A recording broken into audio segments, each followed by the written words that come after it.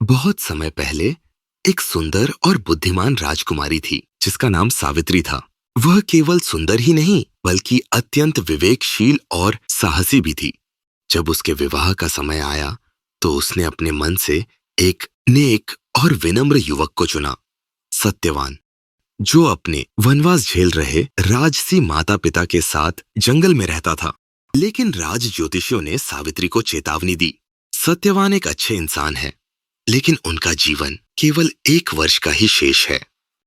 सबको लगा कि सावित्री अब अपना निर्णय बदल देगी, पर सावित्री ने शांत मन से उत्तर दिया, मैं उनसे प्रेम करती हूँ।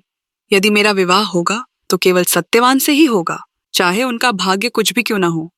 सावित्री ने सत्यवान से विवाह किया और उसके साथ जंगल में रहने लगी, जहां दोनों ने प्रेम और भक्ति से भरा सादा जीवन बिताया। जैसे जैसे भविष्यवाणी वाला दिन पास आया, सावित्री ने व्रत रखा और प्रार्थनाएं करने लगी। उसने अपने मन को शक्ति और विश्वास से भर लिया। फिर वह दुर्भाग्यपूर्ण दिन आया।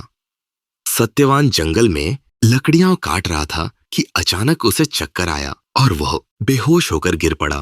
तभी वहां प्रकट हुए यमराज, मृत्यु के देवता, जो उसकी आत्मा को लेने आए थे। जब यमराज सत्यवान की आत्मा लेकर चलने लगे तो सावित्री उनके पीछे पीछे चल दी। यमराज ने मुड़कर कहा, सावित्री, तुम इससे आगे नहीं आ सकती। यह मृत्यु के नियमों के विरुद्ध है। लेकिन सावित्री ने सम्मानपूर्वक उत्तर दिया, एक पतिव्रता स्त्री का धर्म है कि वह अपने पति के साथ अंत तक चले। मैं जितना साथ दे सकती हूँ उतना दूंगी, यही मेरा धर्म है। यमराज उसकी भक्ति, निष्ठा और शांत बुद्धि से प्रभावित हुए।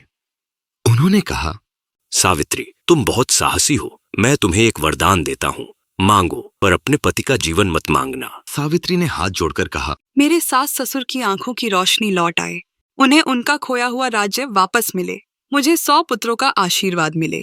यमराज ने तीनों वरदान स्वीकार कर लिए और ठहर गए। तभी सावित्री मुस्कुराई और बोली, आपने मुझे 100 पुत्रों का आशीर्वाद दिया है, लेकिन मेरे पति के बिना यह कैसे संभव होगा।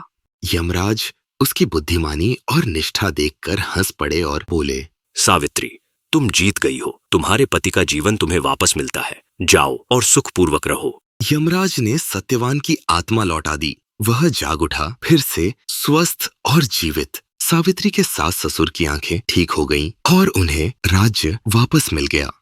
और सावित्री सत्यवान ने लंबा, सुखी और धन्य जीवन बिताया।